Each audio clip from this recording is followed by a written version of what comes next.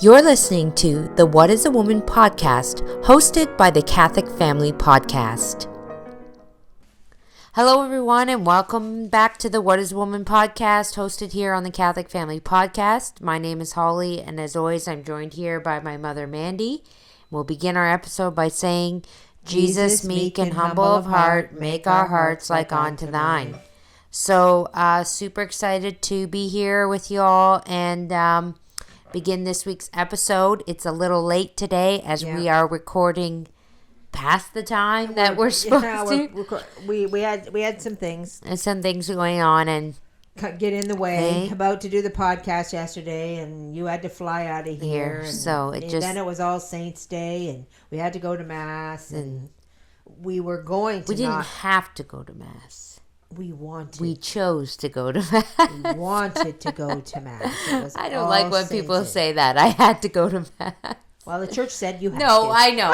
I'm just teasing, but I like when we phrase things like, we wanted to go to Mass yesterday. We wanted to go to Mass. Well, we wanted to go to Mass this morning. The church didn't tell us we had to. No, and we did that. So, today is actually All Souls Day. Right. So we got hopefully this gets out there before All Souls Day is over. And we went to two graveyards. And all before the kids got to school. Good. Yeah. So we got her all in. And now we're going to fit in the podcast. And we did that because we wanted to. We wanted to. So Church didn't tell us we had to do it. Yeah. They strongly suggest, though. Yes. Well, they're counting on us. They're counting on us. They need us. I particularly have a strong devotion to the Holy Souls. Yeah. I had one years ago, and then as I started to lose people I loved, that it only intensified the devotion. Well, and I mean, I may be wrong in saying this. We do it for them to release their agony and their suffering and help them to merit heaven. But then we have to think at the same time that when they get there, hopefully they'll remember us. Right. You know what I mean? Like every soul. Oh, yeah. And I was told this by a nun once. When you're doing I don't know how to say the bare minimum? No, the yeah, I'm not going to I'm not even going to try to attempt to say it. On All Souls Day, I know it has a special Latin name. When you go in the church and you say the 6 Our Fathers and 6 Hail Marys and it's 6. Oh, and the 6 Glory Bees. Darn, they got one extra from me. I did 7. Shame. But anyways, when you do that, every time, and you exit the church and then you re-enter the church and you do that, every time you release a soul from purgatory. Right. But I was told by a nun once that you can actually, before you go into the church, you can say, Dear Lord, please release the soul in purgatory that suffered the most from sins of uncharitableness. Oh, wow. I missed that. And then God will pick that special soul that's suffering for their sins of uncharity, or suffering from vanity, or suffering from, these particular sins, or our Lord, please release a soul in purgatory that has the name whatever. Like, you can say anything you want. This is what this nun told me. Oh, wow. She said you can make it very personal, and you can do that. Well, next year I'm going to make it very personal. Yeah. This year's over. Well, no, it's not. You have till midnight. If you want to venture back to the church, you can do it. So anyways, just putting that out there. But, so that's good. Well, I thought maybe we should talk about Halloween briefly. Sure. I don't want to go into it too much. At least there's a lot of. I mean, on Facebook always this year blows up. No, it always blows up. Well, maybe I wasn't paying. Well, no, last year I wasn't a part of any kind of set of contest groups or anything, so that's probably why I didn't notice. But this year, because in particular, I got rid of my old Facebook that was my, friends from high school. And I was like, I don't want to be on Facebook anymore, and I just created an account that had nothing on it, so that I could manage my page, my DIY page, my business page. But then people found me. And then people found, that's good. But they were Catholic. They were Catholics, though. Yeah. And so now I have Facebook, and I just use it for a set of contest society, Catholic mom groups, and then I have some good Catholic friends that I've met in the States and stuff on there. And now I have all these Catholic friends, but so now I see all this. Now I'm party to all this Catholic. And I've been doing it for years. And if you know me on Facebook, you know I don't use my real name. Yeah. And I have reasons for that. Like, I mean, and it's not because I'm hiding. Well, I guess I am hiding from a lot of people that I don't really want to.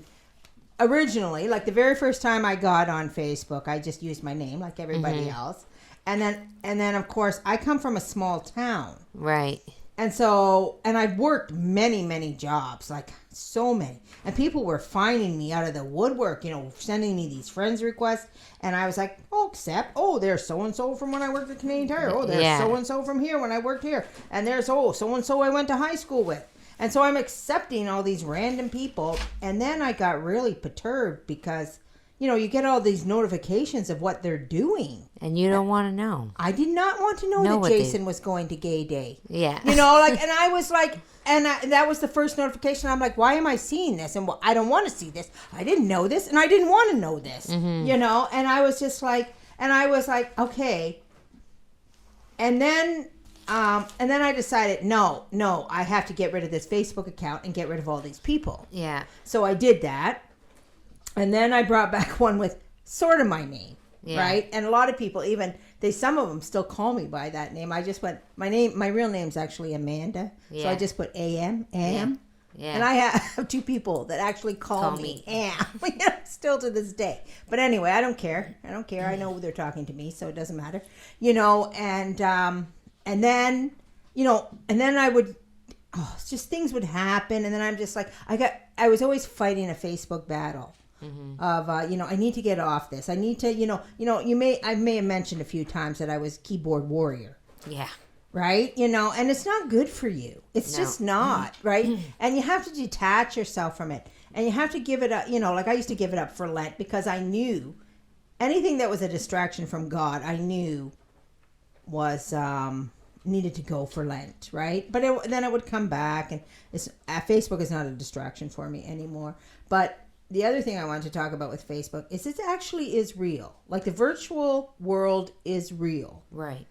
And I don't think we can walk away from it and say, it doesn't matter what I say. It doesn't matter what I do.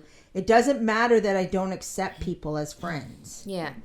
Right? See, that's one of the reasons I changed my name also too, was I didn't want to be mean to these people. Right. I didn't want to be like, I'm so much better than you. You're unworthy to be my friend. Yeah. Because it does sting. Right. It does sting if somebody refuses to be your friend. Yeah. Because then in real life you look at them and go, oh, and a lot of times people do this. They go, I'm not looking at their junk. I just did that. I said, I did it. I'm not looking at Jason as going to Gay Day, but Jason is nobody to me. Nobody. But then you get into the area where people are people to you, and they refuse to be your friend. Yeah. And I didn't want to be that person who refused to be a person's friend. Right. So I just kind of lurk around. And then we also had a business. Yeah. Right. So the problem was I couldn't create, when you're in business, you have to you can't be, on a soapbox.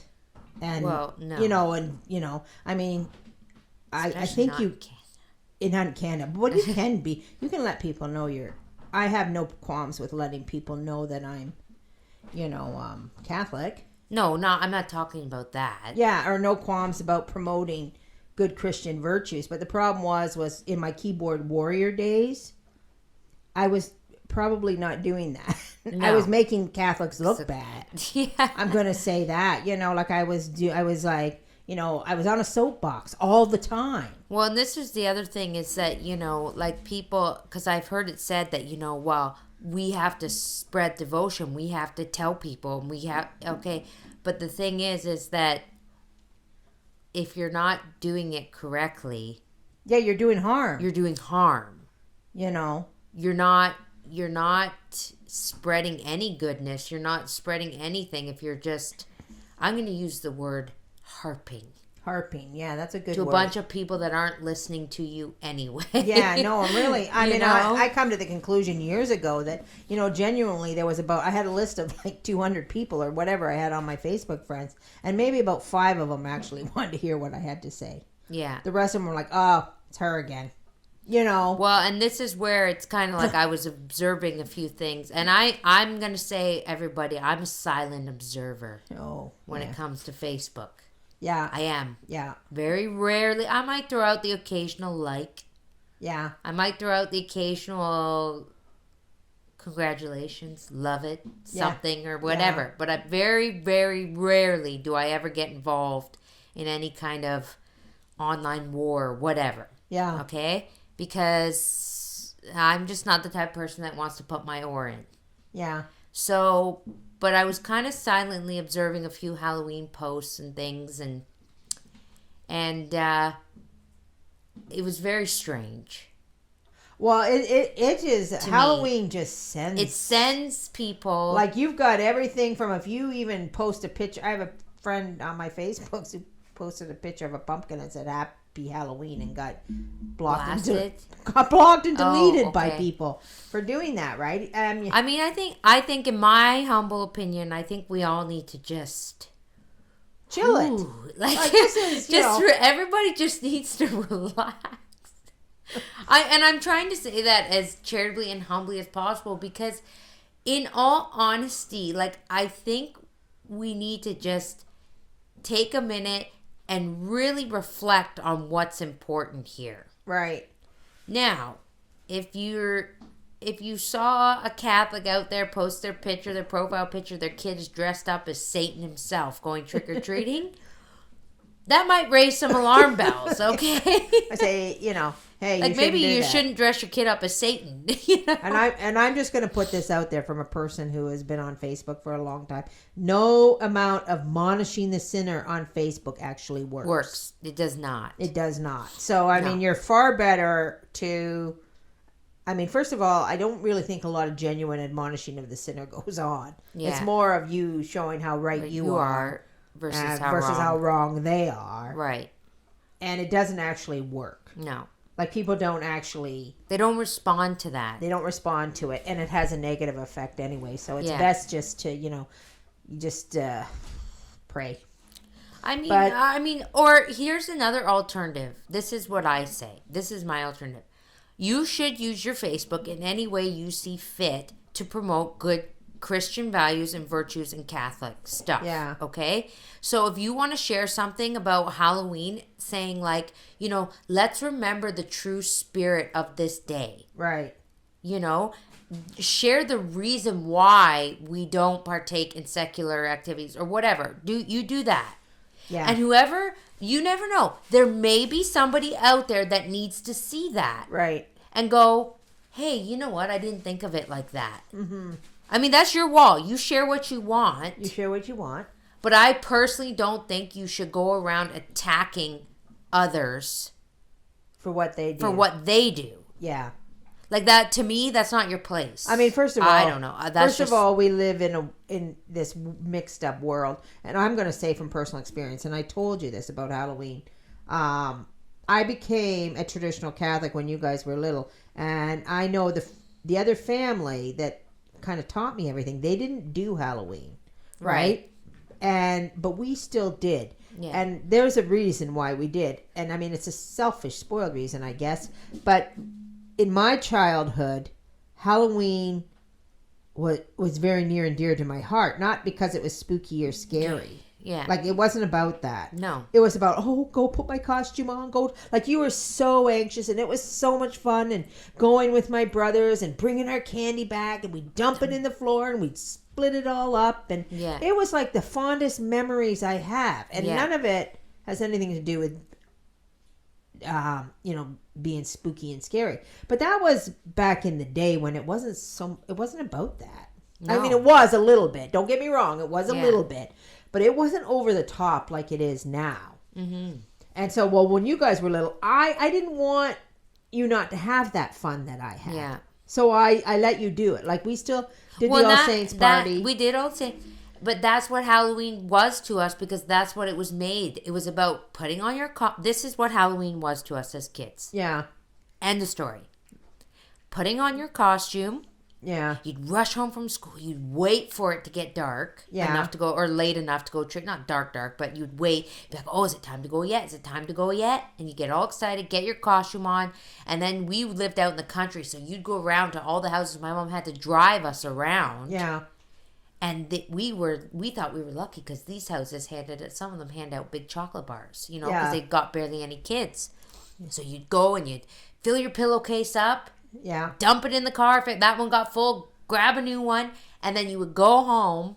Same thing. And we'd all sit in the living room at the end of the night. We'd dump our bags. 1, 2, 3. Dump your bag all at the same time. Watch the candy fall out.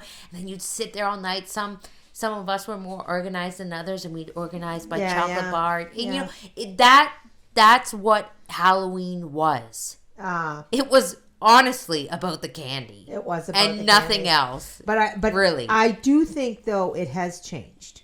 It has changed, yes. And because you know, and I guess this is the slippery slope we're always on, right? It's always a slide, right? Because back when I was a kid, certainly, and there was if people put out a pumpkin, you know, if they were really extreme, they maybe had a skeleton on their door. Yeah. Like there was no what there is like now. 7-foot skeleton, light up skeletons on people's front lawns. Like it's the decorating for Halloween is over the top, right? And they have, and I noticed that because when we were in Canadian Tire, I was like, wow, is Halloween like akin to Christmas or something? Because I never seen so many Halloween decorations. There's a house down the road, I live out in the country, so it's way down, but they have I'm going to say at least 5 or 6 giant, they're over 7, they're massive. They're 20-foot skeletons. Yeah. On their yard. They've decked out their whole yard. It looks like a graveyard. They put all this work into this. Oh, excessive work. And not I didn't see it this year, but one year, you know, I've seen people hanging from a tree that they've committed like excessive spooky violent vile decorations, right? And so, you know, if this, you know, when you think about it, like you're you know, you got your little 5-year-old, he's dressed as a cute little lion going to get his candy, and he's subject to this, right? He doesn't just go up to the door and get a candy. He's got to walk through, you know, the hanging corpses in the tree. Yeah, the hanging corpses in trees.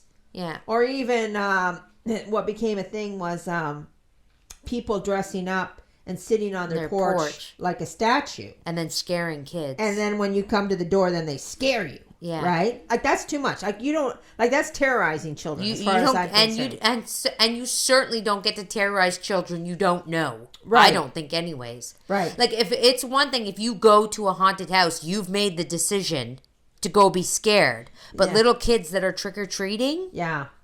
They're not. They don't want to be scared. They just want their candy, you know. And it's So what we do as a society is that, again, and I've said this on other podcasts before, that enough is never enough. Right. So we constantly are taking things to the next level. We are constantly trying to push the line. And the other thing that I've noticed about Halloween too is the children get less and less.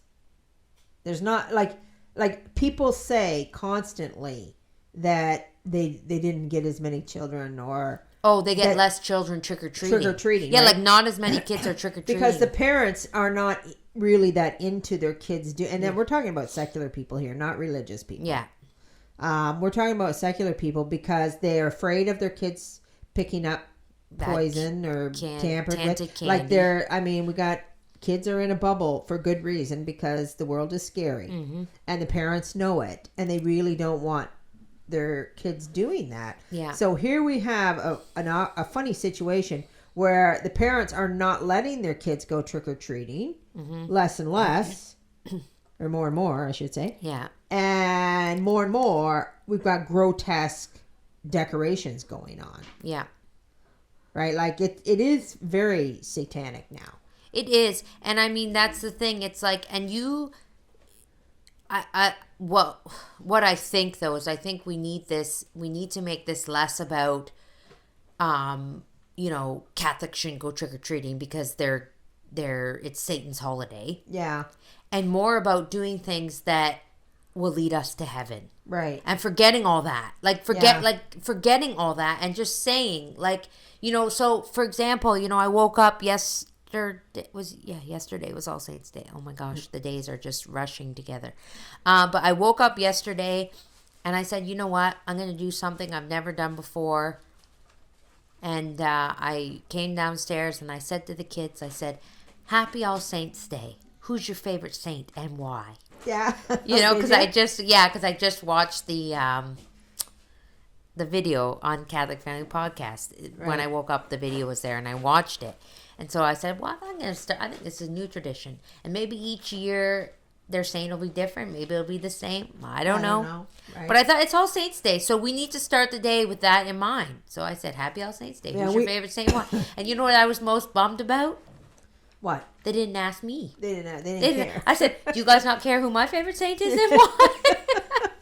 They're like, well, why are you asking us this? I said, because we're starting something new here, okay?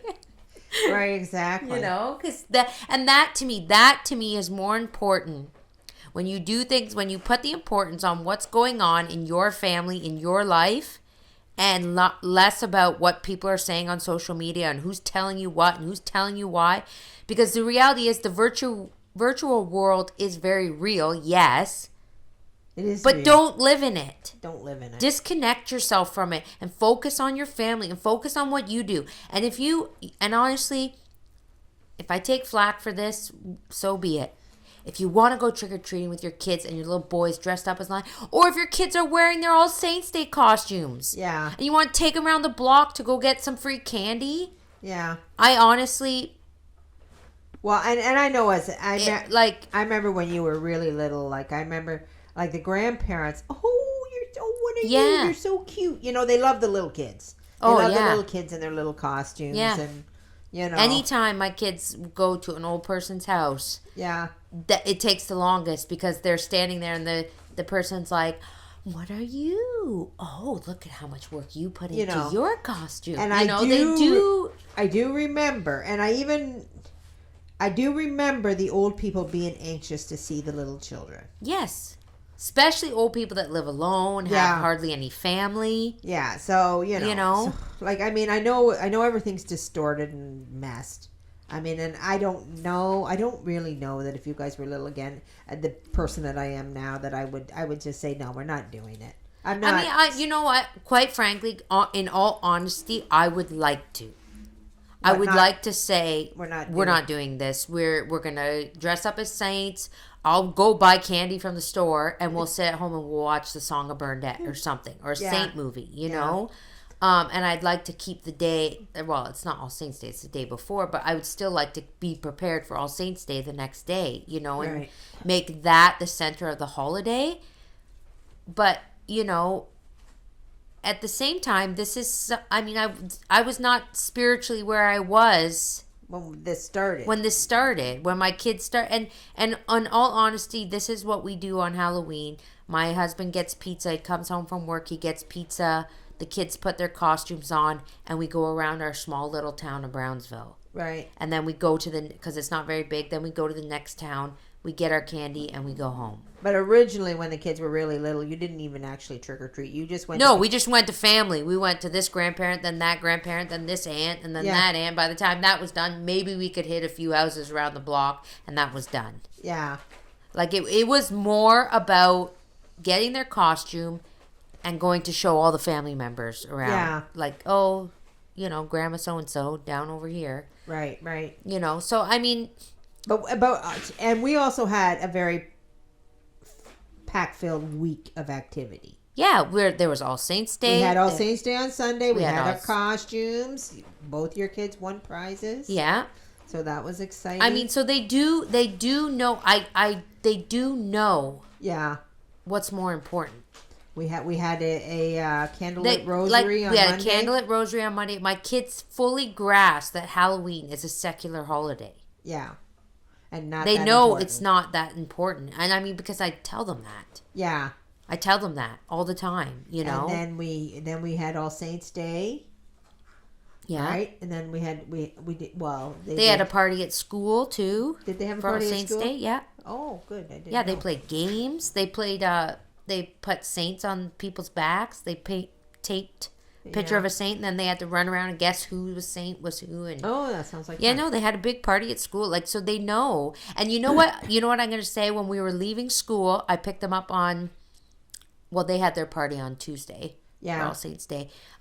When I picked them up from school, I went in and I grabbed my sister's kids and my kids, and I was walking them out to the parking lot, and all the kids said to sister as they were walking out, "Happy All Saints Day, sister."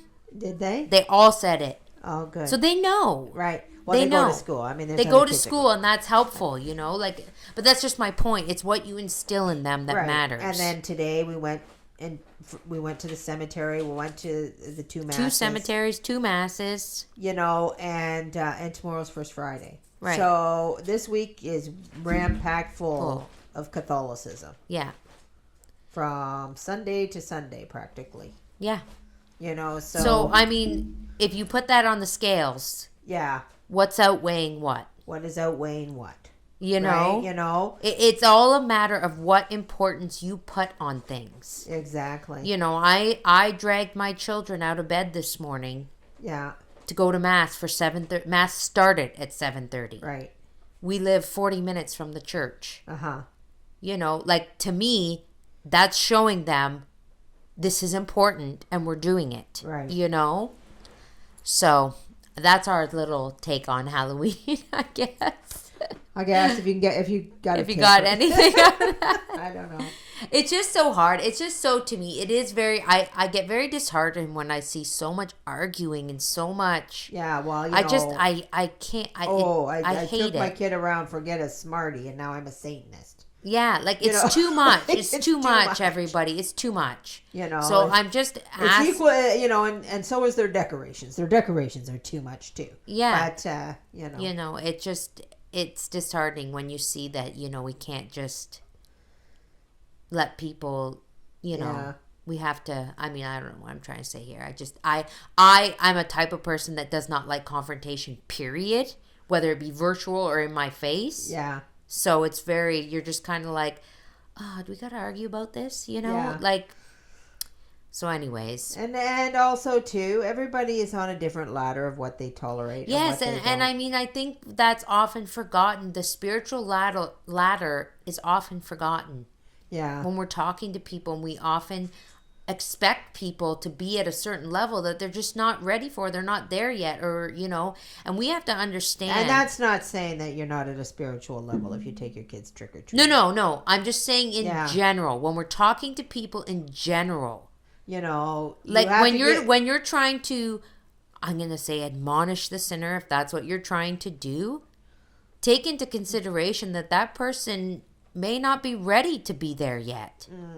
They may not be open to that. They may not be, you know, we have to understand that, you know, harping on somebody and virtually screaming at them over the internet doesn't drive our point home, I don't think. Well, and one of the things that I like to take into consideration too is I believe that we're living parallel times to the time of Christ. Right. So if you think about those early Christian martyrs, like, they were not living in a Christian society. Right. We are not living in a Christian society.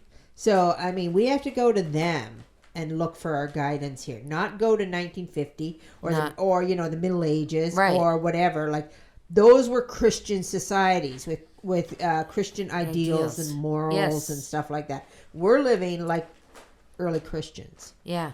You know, we're living with the Romans. Yeah. So, you know, how are we going to do that? Yeah, exactly. Right? Oh, that's a very good point. Never thought of that. No, I think about it all the time. Like, I think, you know, like, they were running around hiding in catacombs. Yeah. You know, like, come on, people. You know, like, we're almost there. But, I mean, that's not saying we, you know, we put a lid on everything. We don't. No. We still have to. But we still have to, you know, be the light. Yeah.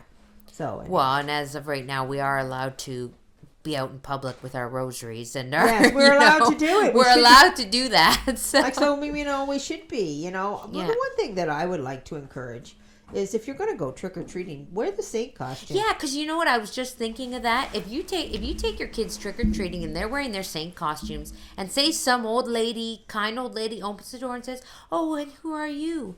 Saint Philomena. Saint Ambrose. Saint Ambrose. Like, you never know. But you never know what Right. effect that will have on somebody. You know? Because that is literally being the light. Yeah, I mean, I don't think we do enough of that. If I had Yeah. a complaint, I would say I don't think we do enough Enough of of that. that. Yeah. We go, okay, we're going into this secular thing. We'll be Well, secular. we'll just be secular. Yeah. Right, you know. Yeah. But anyway. Well, should we dive into our book now that we've exhausted the topic of Halloween? Have we? Oh, I just want to put out, Lisa Davis did a wonderful take on Halloween. Did she? Yeah, I'll wonderful. have to listen to it. On Catholic Family Podcast. So Yeah. if you go listen to her video Yeah. and have a listen. So Yeah. All right. Well, we're going into the will, the spirit of sacrifice. yeah. This is our next chapter. I'm going to tell you, I've read the whole chapter. Because at first I was reading it and I was like, huh? I got to read this whole chapter. I'm sure the point is in here somewhere. So anyway, and I did get the point. So Okay, good. let's just dive in. Sometimes you think things are going to go a certain way. And they don't. And then this book is like, Throws you for a loop. I wasn't expecting any of that, but okay. So again, if you're new here, this is Mission and Duties of Young Women. Okay? So, and we are on chapter 16, The Will, the Spirit of Sacrifice. So, quote, women sometimes imagine that because obedience is their particular sphere, it is unnecessary for them to cultivate their will, a faculty they suppose, which far from being useful, may on the contrary become for them a source of grief and unhappiness. Starting from this false principle, mothers not only neglect the exercise and development of the will in their daughters, but lead them to believe that the best thing for them is to accustom themselves never to will anything. End quote. Yeah. So anyway, our writer right off the top here is admonishing the mothers Yeah.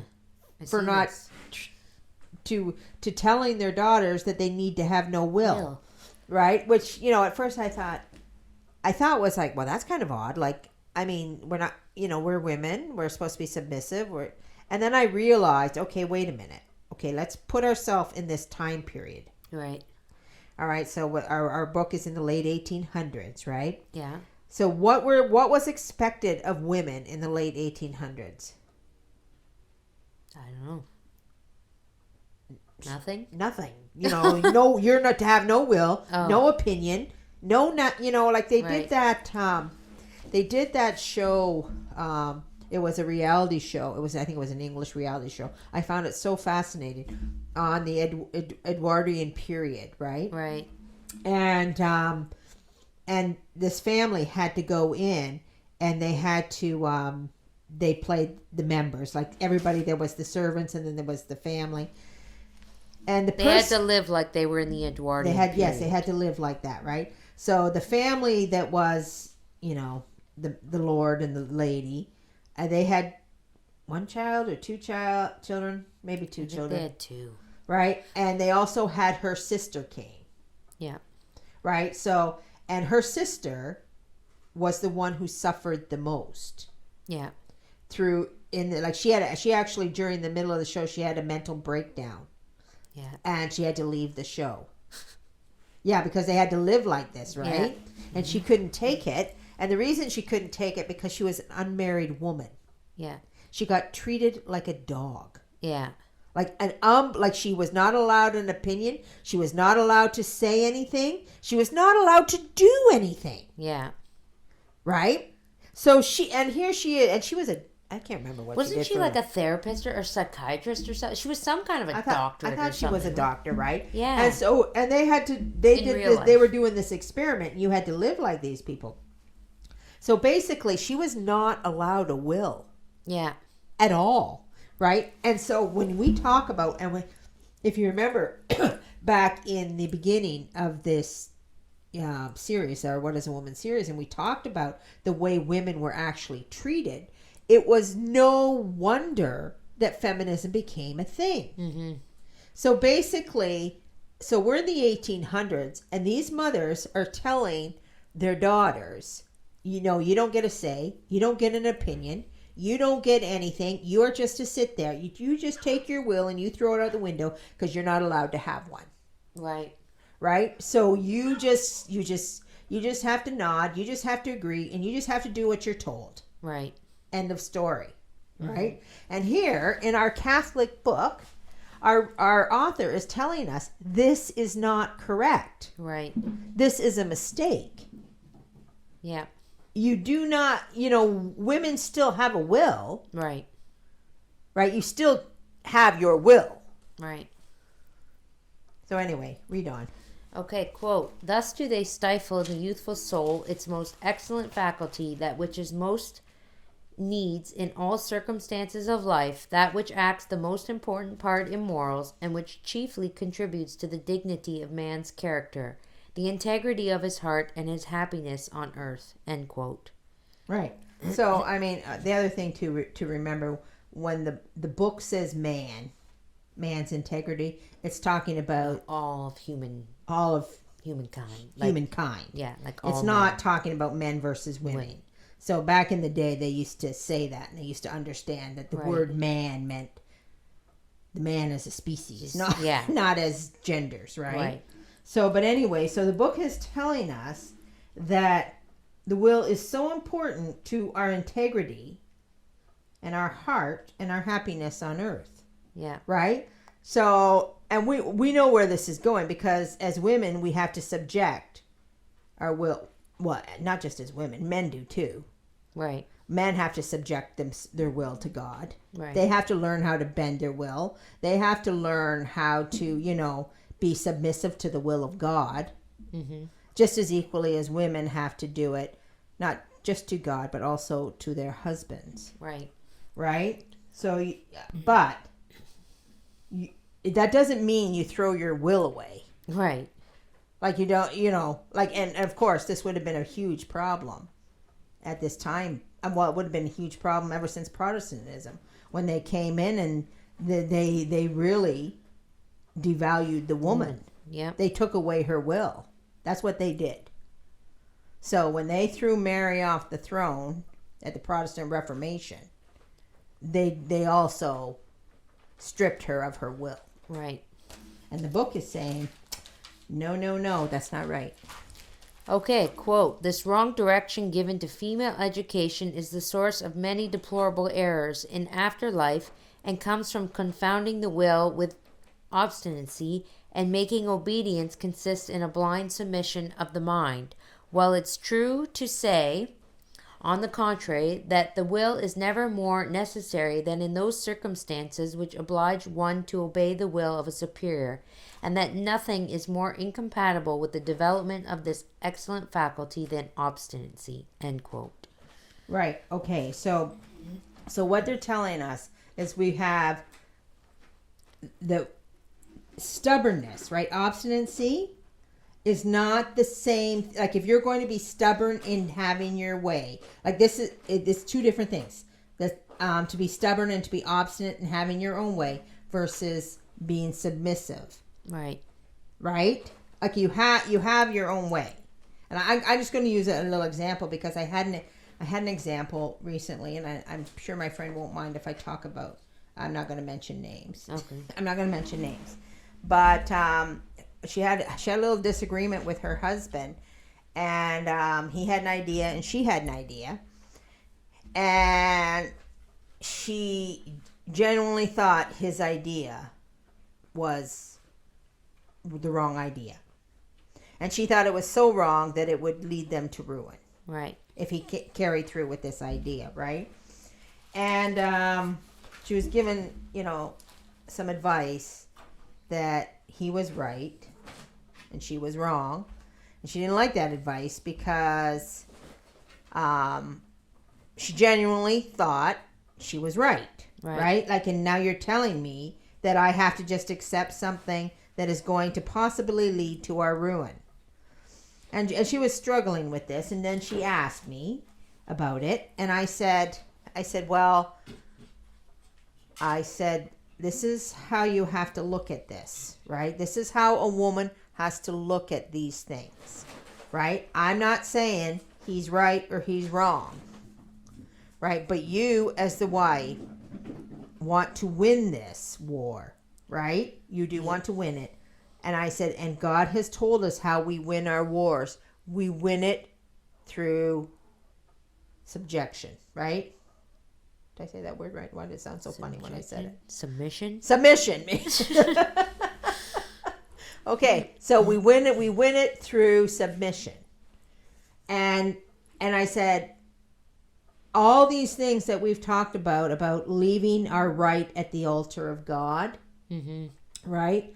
I said, this is your moment to do this. Yeah. This is your moment to say, I know I'm right, but I'm going to give it to God. And I said, and when you do this, what you're doing is you're having faith in God. Right. It's actually the practice of a heroic virtue. Right. Because you're saying, God has made you head over me. I think you're making a horrible decision.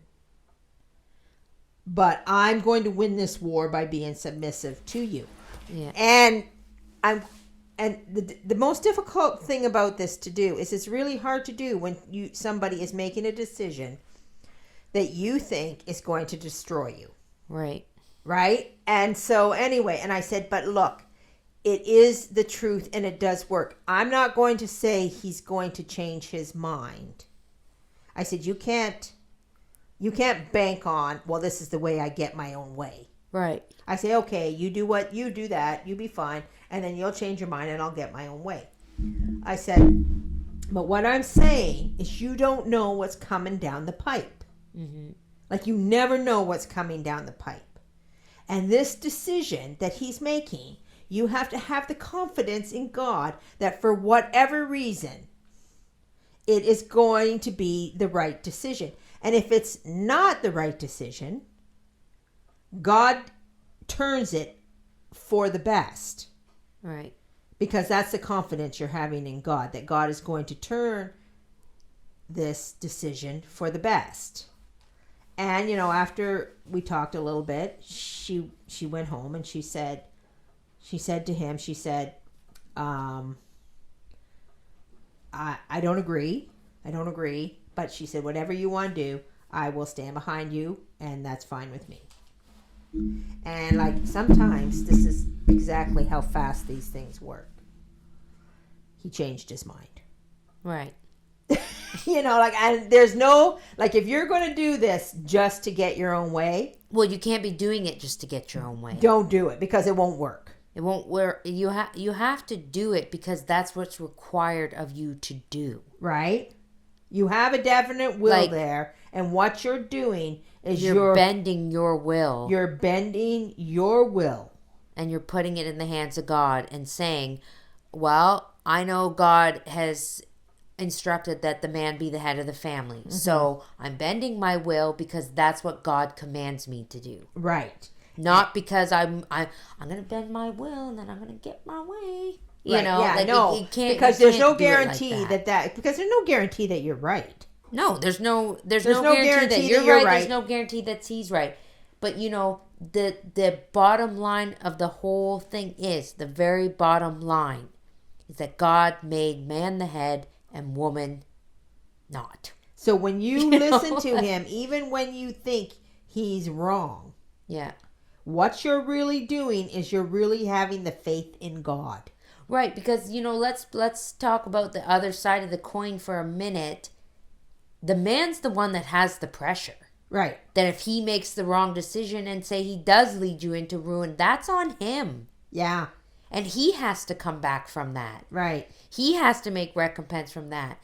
And this is not a matter of, because sometimes people do like to throw out, well, what if your husband's telling you to do something that's a sin? We're not talking about that. Yeah. We're not talking about that. Well, and also too, I wrote, because people do throw that out, and that really I wrote a paper years ago about being submissive to your husband's will, and I used the example of your husband comes home and tells you he's decided that in this house the children shall eat jelly beans breakfast, lunch, and dinner. And you go, that's the stupidest thing I've ever heard in my life. Yeah. You know, children cannot eat jelly beans, breakfast, lunch, and dinner, right? And this is the reason I use this example is because it's so ridiculous. And it's actually unhealthy. Yeah. You know, like it's stupid. But it's actually not a sin. No. Right? And so you can argue that, you know, your husband, you know, that it may be a sin or that... See, because this is what we do sometimes. We take things and go, that's a sin because, you know, children might die. Yeah, well, no, it's not. Or they'll be malnutritioned. Or, you know, things generally, you know, whatever will happen, right? Which is true. But it's not a sin, right? And the thing is, it's stupid beyond stupid. And it is like a harmful decision. Yeah. You are going to make your children sick. Yeah. You are going to do these things. But you have to have the confidence in God. Yeah. Like, he's not asking you to commit a sin. He's asking you to do the stupidest thing you've ever heard of in your whole entire life. Yeah. Right? Well, and this is the thing. Like, I hope we all know what a sin is. Well, if you're a Catholic and you don't, it's on you to find out. We get confused when we're dealing with our children. I'm going to say that. No, I know. But what I'm saying is that Because that's not providing proper care, or that's not, you know, that's not safe. Yeah.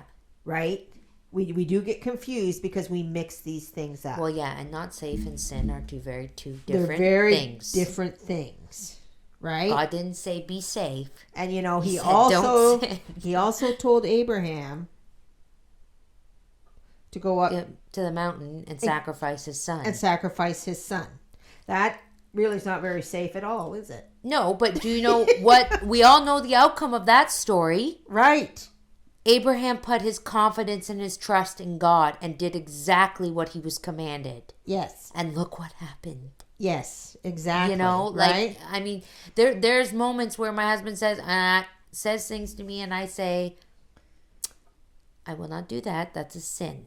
Yeah. Like, I will be submissive to my husband, but God comes before my husband, and I know what's a sin and I know what's not a sin. Mm-hmm.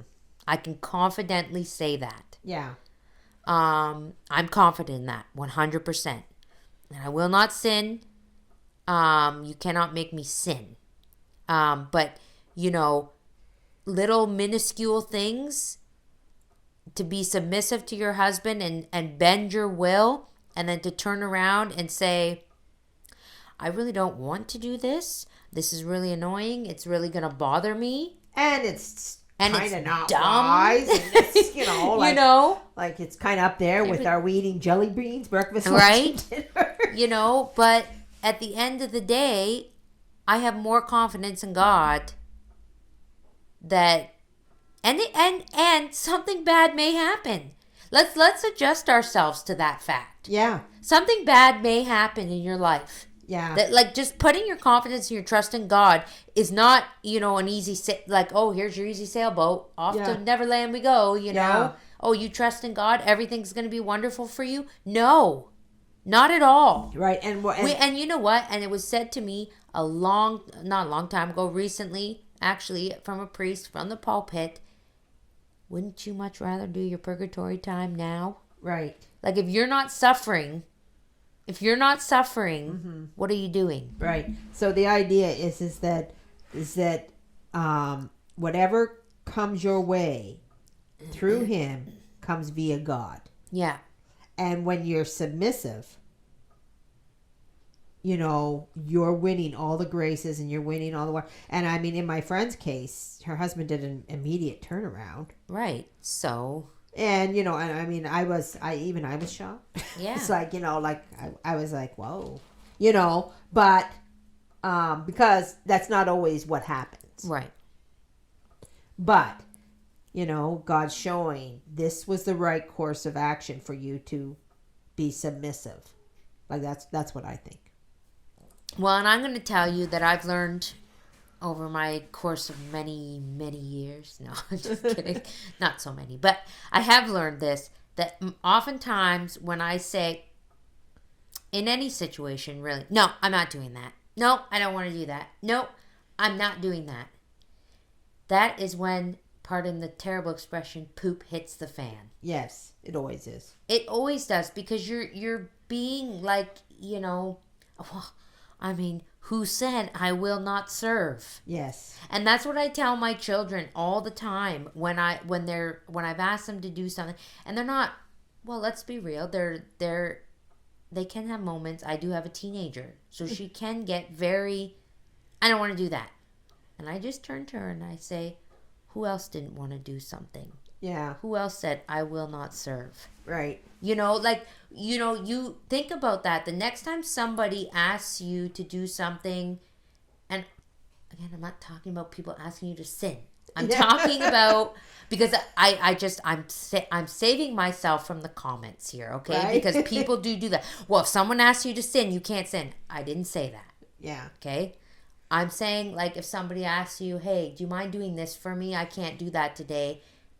If there's a legit reason why you can't do it, fine. But a legit reason is, I just don't feel like doing that. No, I can't do that. It's not because that's too much. And I mean, I personally, I never say no unless I have a reason. Unless you have a legit reason. Yeah. No, and I would tell you, for my mom, people say, oh, can I put this here at your house? Can I do this? Can I do it? Mom's like, yeah, sure. I mean, I'll tell you the story. We had this people at our church, and they needed somewhere to park a trailer or something. And they couldn't get a hold of my mom. They called me up, and she said, Holly, can so-and-so, can we put our trailer at your mom's? We have nowhere to put it. It's an emergency situation.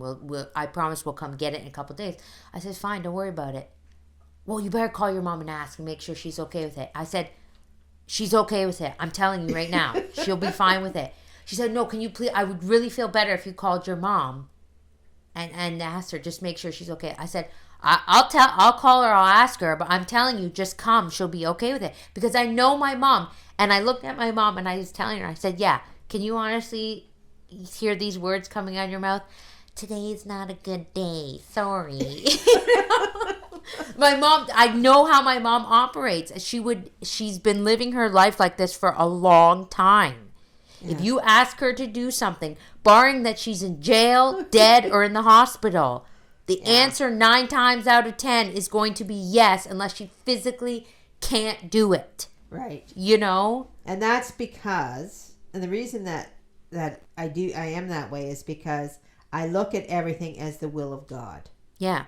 So I'm on all the time. If God puts somebody in my path for whatever reason, there's a reason they're there.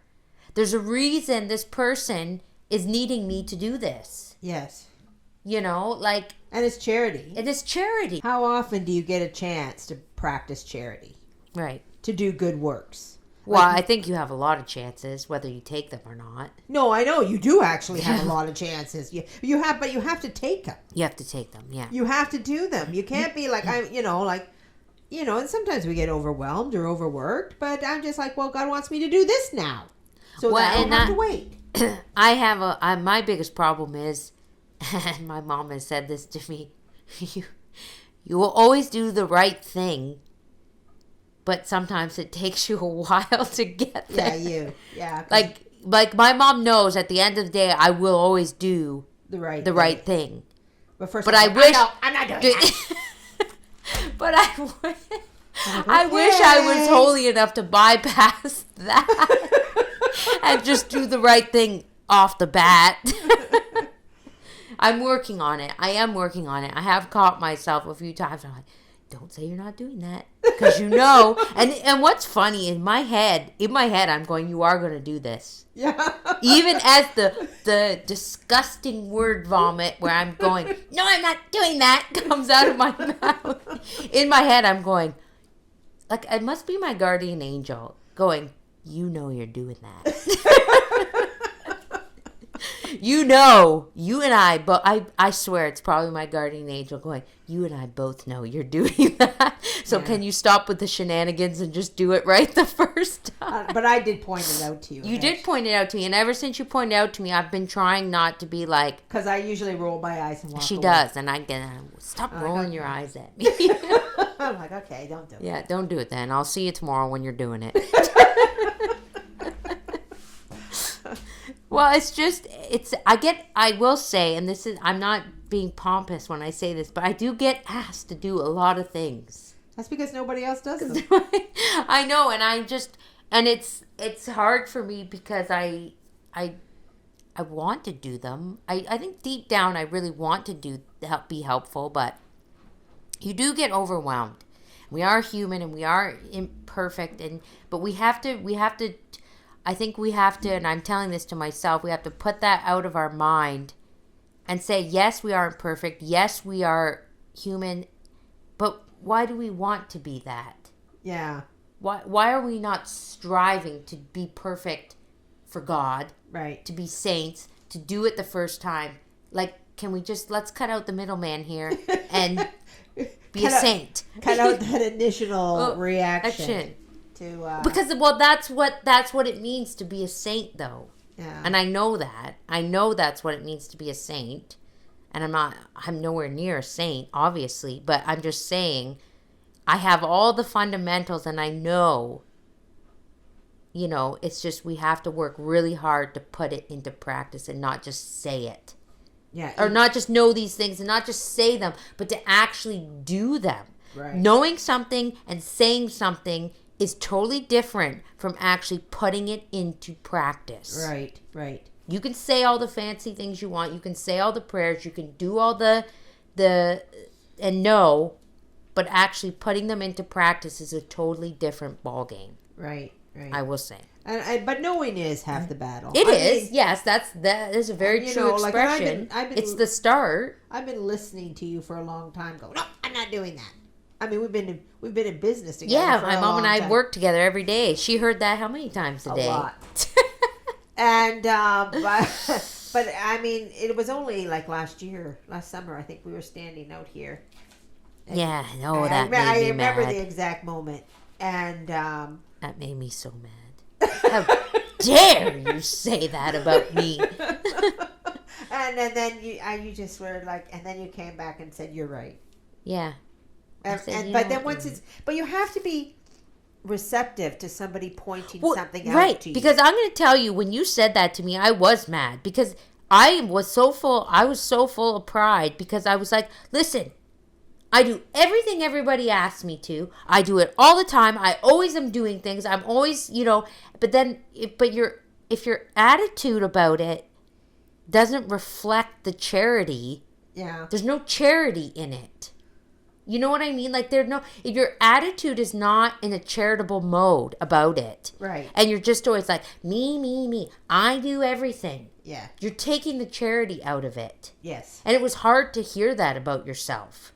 Well, of course, everything's hard. Because you're sitting there thinking, I do everything and I'm so wonderful. I'm talking about myself here. No, I know. That was my attitude. And how dare you tell me that I don't do anything? I never said you don't do anything. No, but that's what I took it as because I was so full of pride and pompous. Yeah. That's how I took that. Like, how dare you tell me that I always say no? I'm doing it, am I not? Eventually, but my attitude was not reflective of the way it was supposed to be about it.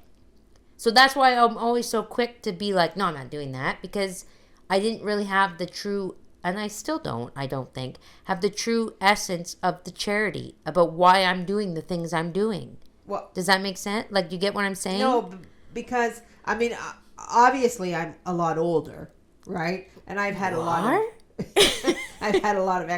of practice. Yeah, maybe when was your era of saying no you weren't doing it? I mean, I've always been a person that gives things. I know, you're wonderful. But I've also been... Just kidding. I've also been a person that, is annoyed and disgruntled. I remember, we were talking about good works, doing good works, and everybody is so overwhelmed and busy, and it's very hard to fit in these good works. And I remember way back before we had our church, we were in a garage, and Father McKee wanted to do holy hours on Thursday. Yeah. And I was like, okay, well, I got, and you guys are hockey, I got this, I got that. I'm gone every night of the week, and, now I'm doing holy hours, and I haven't got time to do holy hours. And I was just like, That's a problem. That's a problem. You know, like if something has to go, it shouldn't be the holy hour. Yeah. You know, it should be the 5 million other things you are doing. Yeah. Pick one of those and get rid of that. Yeah. Yeah. You know, and I remember that because I remember thinking about that. And of course, I made myself go to those holy hours. Yeah. Because, well, just because of that. Just because of that simple fact that you popped into your head. Yeah. So anyways, yeah, we better wrap it up and leave just that. Tell people to look for your chance to do God's will. just you know, and you know what I'm gonna say, as a bit of practicality to put this into motion. When I wake up in the morning and I say my prayers, the first thing, well, actually, there's a song called "Dearest Lord, I Love Thee." I say those lyrics. I don't sing it, but I say the lyrics. And it just says, "Dearest Lord, I love thee with my whole heart." And then I say to God, God, please give me the opportunity and the grace to be nothing but kind and charitable today. Yeah. Like I ask for that grace every morning because I have to. Yeah. And I still fail and I still falter. But I want to ask God every day to make it that I can be charitable today and look for those moments and find them where I can exercise my charity. Well, I'm going to say, for love of God. If you don't look for them, you will never see them. No, you have to, and that's what I'm praying for. I'm praying for God to reveal to me, like help me to see these moments where I can be charitable, and help me to see these moments where, you know, if I'm going to do something that's not charitable, help me to stop. Right. You know?